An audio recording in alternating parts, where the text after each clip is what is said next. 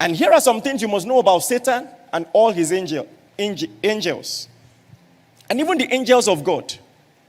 Number one, they are not eternal. Did you hear what I said? Only one person is eternal in heaven and earth. And that's God himself. To be eternal is to have neither beginning nor end. Every created being cannot be eternal. No created being is eternal. Only God is eternal. The second one will shock you. Number two, they are not everlasting.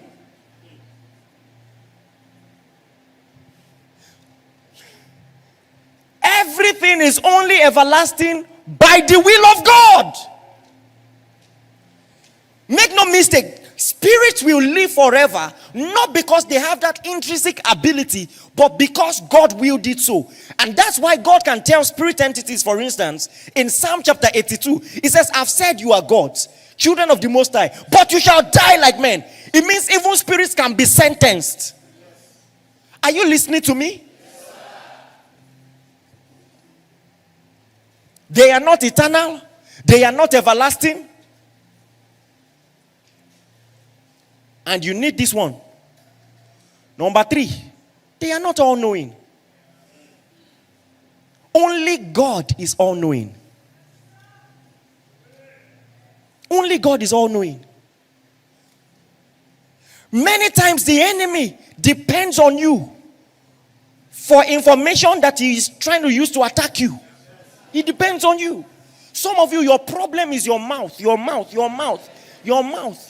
And you see, listen, that's one of the major things I'm talking about this evening. He depends on you. The Bible says, to the intent that to the principalities and powers may be made known by the church, the manifold wisdom of God. There are things that we are the ones to educate them about. They're not all knowing. Now, so this is, I know it seems like I'm teaching charismatic faith, but this is the salvific angle. Now pay attention, because you see, what I am saying is the bedrock of how Jesus saved us. Do you realize that in the salvation that Christ gave, he outsmarted the devil? He demonstrated that the devil is actually ignorant. He made a public show, a public embarrassment of Satan. At the end of the day, Satan was left looking like a dummy. And I'll show you how. Very simple. 1 Corinthians chapter 2, verses 7 and 8. 1 Corinthians chapter 2, verses 7 and 8. I feel it's there to pray for you. That miracle you've been trusting for is coming this weekend.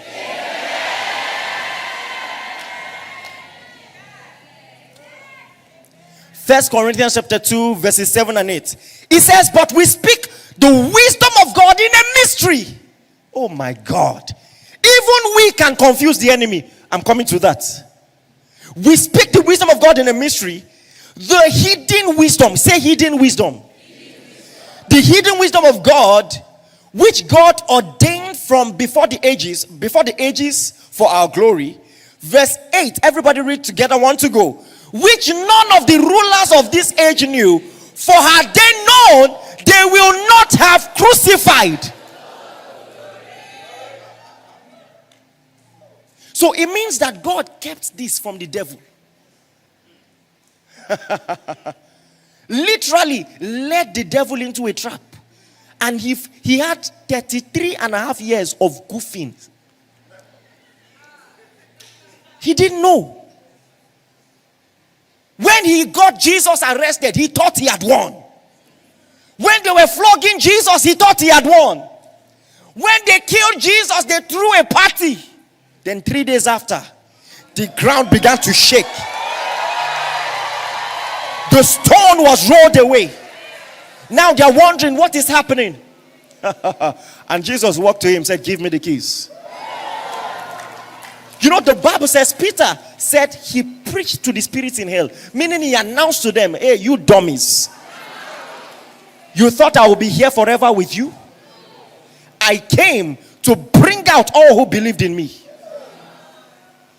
The Bible says he led captivity captive, marched them straight to heaven.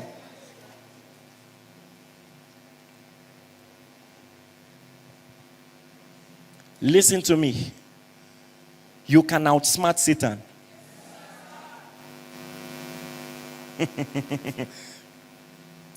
And that's what this prophetic message is about. The devil thinks he has you. When all that God has promised happens, he will be left shocked, and it will not be his first time. The spirit realm is used to him. He is not that deep. Do you understand what I'm saying? It's not that deep.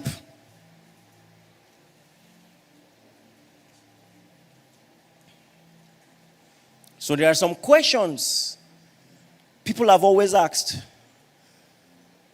Why didn't the Jews know that the salvation that was promised was not a political revolution? They thought that the Messiah that was coming would be one powerful political figure who will lead the colonized Jewish nation into freedom so that there will be economic bliss. Why did they think that the salvation will be political? Why did they think that? Because the wisdom was hidden. Are you listening to me? Follow. The wisdom was what? The wisdom was what? Question number 2. Why didn't the Jews know that the Messiah they were expecting will die and rise again? Because the wisdom was what? Hidden. Why didn't they know that the Messiah that was coming was in fact God, Yahweh himself? Because the wisdom was what? Listen, now, pay attention to this. God, to hide the wisdom from the devil, also hid the wisdom from his people. And he did that for their protection. I am explaining something about your life right now. Follow me closely. Oh my God. Before I get there, from who did he hide the wisdom? What did that text say? Put up the text again, media team. 1 Corinthians 2, 7 and 8. From who was the wisdom hidden?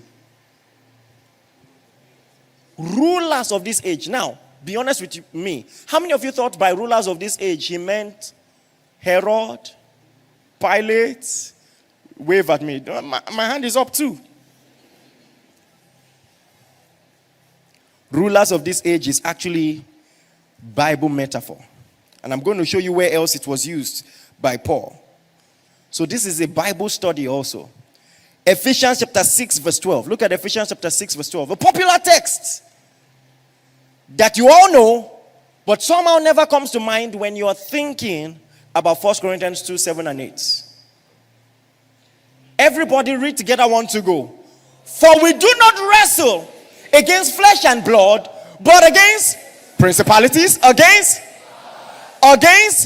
rulers of the darkness of this age. By rulers of this age, was he referring to Pilate? Was he referring to the high priests? Was he referring to Herod? Who was he referring to? Spirit entities, Satan and his demons.